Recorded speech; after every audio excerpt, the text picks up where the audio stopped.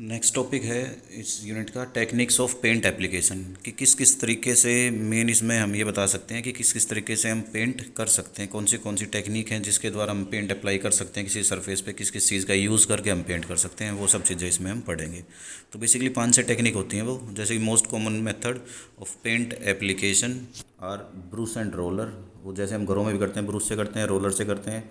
Air और airless spray एक gun के द्वारा जो हम करते हैं, ठीक है। रोल कोटिंग, ठीक है। Electrostatic spraying, electro deposition and dip coating. तो बेसिकली ये 5 6 तरीके की टेक्निक हैं जिनके द्वारा हम पेंट कर सकते हैं किसी भी सरफेस पे। Many factor affect the choice of method to be used.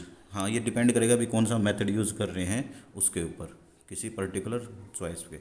This include film thickness, क्या क्या चीज़ों के ऊपर डिपेंड करेगा भी हमारी फिल्म की थिकनेस कितनी होनी चाहिए, अपीयरेंस कैसा होना चाहिए, ऑपरेटिंग कॉस्ट क्या आनी चाहिए, या किस सरफेस पे हम अप्लाई कर रहे हैं, घर में अप्लाई कर रहे हैं, कहीं इंडस्ट्री में अप्लाई कर रहे हैं। तो इन सब चीज़ों के ऊपर डिपेंड करता है कि हम कौन सी टेक्निक को यूज़ करेंगे। Some of the techniques of paint application are, तो कौन सी टेक्निक यहाँ पर हम पढ़ रहे हैं। सबसे पहली है ब्रूस कोटिंग। ब्रूस कोटिंग मतलब ब्रूस के द्वारा। नॉर्मली जो हम घरों में करते हैं पेंट, वो किसके द्वारा किया जाता है, ब्रूस के द्वारा, ठीक है।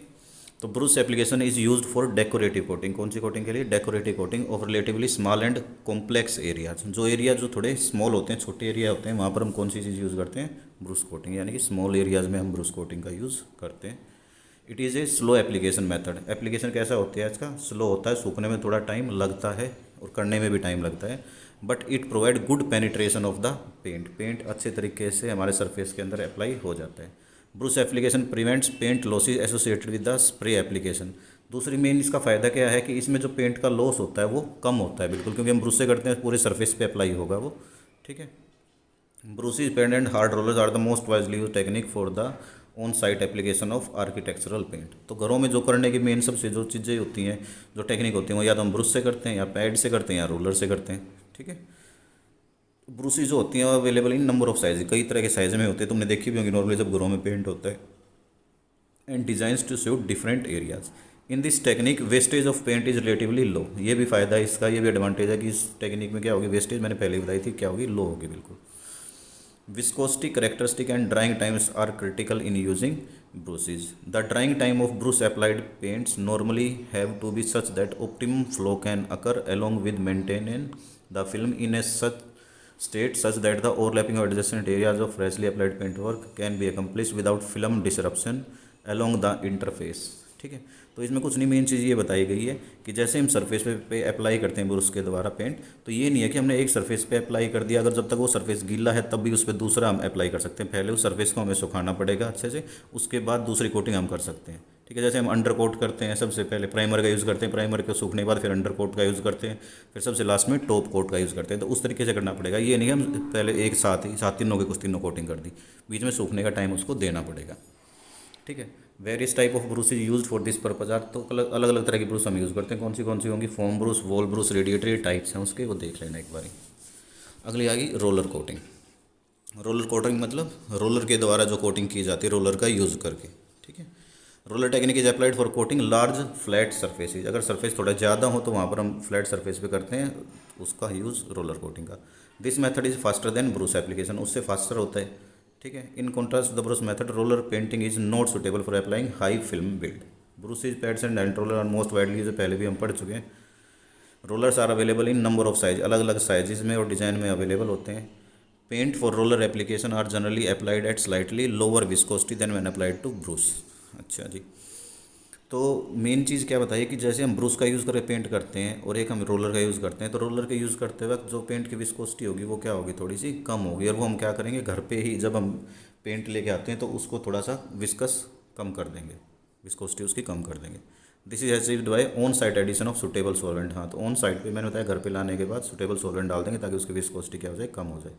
Rollers can apply paint considerably fast than brushes. और रोलर के द्वारा जो पेंट होगा वो फास्ट होगा, जल्दी होगा।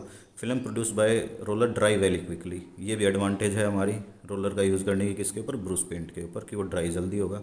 Common rollers available for coating are. तो कौन से रोलर अवेलेबल होते हैं, single top coater, single bottom coater और डबल कोटर, ये 3 तरह के रोलर यूज़ होते हैं। अब आ जाओ स्प्रे कोटिंग। स्प्रे कोटिंग क्या होती है? मेनली एक स्प्रे के द्वारा, एक गन होती है, गन के द्वारा स्प्रे किया जाता है पेंट का। उसमें भी दो तीन तरह के होते हैं। ये सबसे पहले एयर स्प्रेइंग, एयरलेस स्प्रेइंग और इलेक्ट्रोस्टैटिक स्प्रेइंग। एयर स्प्रेइंग में हम एयर का यूज़ करके करते हैं। एयरलेस स्प्रेइंग में एयर का यूज़ नहीं करेंगे, एक प्रेशर मेंटेन किया जाता है उस गन के अंदर, उसके द्वारा स्प्रे करते हैं। और तीसरा होता है इलेक्ट्रोस्टैटिक स्प्रेइंग तुम्हारा। ठीक है। तो spray coating is a widely used application technique for most industrial maintenance and commercial architectural job. तो ये मोस्टली कहाँ पर यूज़ कर दी जाती है? इंडस्ट्री के अंदर यूज़ की जाती है। Spray painting is much faster than using, इसकी स्पीड भी बहुत ज़्यादा फास्टर होती है। ठीक है, इसलिए a large variety of spray equipment are available including air, airless and electrostatic spraying. ये तीनों तरह के हो सकते हैं। एयर में हम एयर का यूज़ करेंगे, देखो वही चीज़ें सारी। Conventional air spraying, compressed air and paint are supplied to the spray gun. Spray gun में हम कंप्रेस्ड एयर भेजेंगे, ठीक है, और पेंट भेजेंगे। Which atomize and transport to the paint to the article, जिसके ऊपर भी हमें करना होगा उसके ऊपर उस गन के द्वारा हम उसको पेंट को ईजिली कर देंगे। और पीछे से किसके द्वारा वो पेंट फेंका जाएगा? उसमें एयर के द्वारा।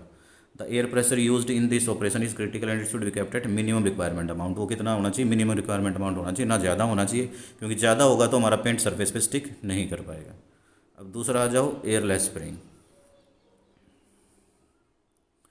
एयरलेस स्प्रेइंग में क्या होता है?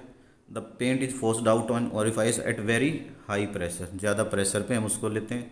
ठीक है, resulting in atomisation of the paint into fine droplets. ठीक है, the very high pressure used in airless spray techniques permits nearly all paints to sprayed in their original unthinned state. Airless spraying minimizes overspraying, establishes high film paint relatively short time. The other advantage of airless spraying painting surface is enclosed area, greater paint economy, very fast application and less pollution. Pollution कम हो गई, वही normal सी चीज़ें। Main difference क्या है कि air spraying में हम air का यूज़ करेंगे प्रेशर के लिए, और एयरलेस स्प्रेइंग में गन के अंदर हम एयर का यूज़ नहीं करेंगे, कुछ दूसरे तरीके से हम उसके अंदर प्रेशर जनरेट करेंगे। और प्रेशर कितना होगा? 1000 to 5000 PSI के करीब। ठीक है। तीसरा आ जाओ, इलेक्ट्रोस्टैटिक स्प्रेइंग। इलेक्ट्रोस्टैटिक स्प्रेइंग एक टेक्निक होती है जो ऑटोमेटिक और semi automatic coating of articles के लिए कन्वेयर सिस्टम में यूज़ की जाती है। इसमें क्या किया जाता है? गन के द्वारा जो हम पेंट यूज़ करते हैं उसके अंदर जो पेंट होगा उसके अंदर एक चार्ज बन जाता है। मान लो पॉजिटिव चार्ज बन गया उसके अंदर, और जिस सरफेस पे हमें कोटिंग करनी होती है उसके अंदर एक दूसरा चार्ज बन जाता है, अपोजिट चार्ज, नेगेटिव चार्ज। तो पॉजिटिव और नेगेटिव चार्ज बनने की वजह से जैसे ही वो उसके ऊपर स्प्रे किया जाता है पेंट, तो ईजिली उस सरफेस के ऊपर वो पेंट अप्लाई हो जाता है जिसके ऊपर हमें करना होता है। तो एक इलेक्ट्रिसिटी के द्वारा एक ऑटोमेटिक जरिया है, इसलिए इसका नाम हमने क्या रख दिया? Electrostatic spraying. अब आगे क्या है इसमें? The atomized paint is attracted to the conductive object paint, electrostatic spraying between the two. The process now find widespread use in the automobile industry में ज़्यादा यूज़ करता है। Several car producer have installed fully automatic electrostatic multiple gun system capable of applying high solid and water based coating। ठीक है, बाकी का हम next video में करेंगे।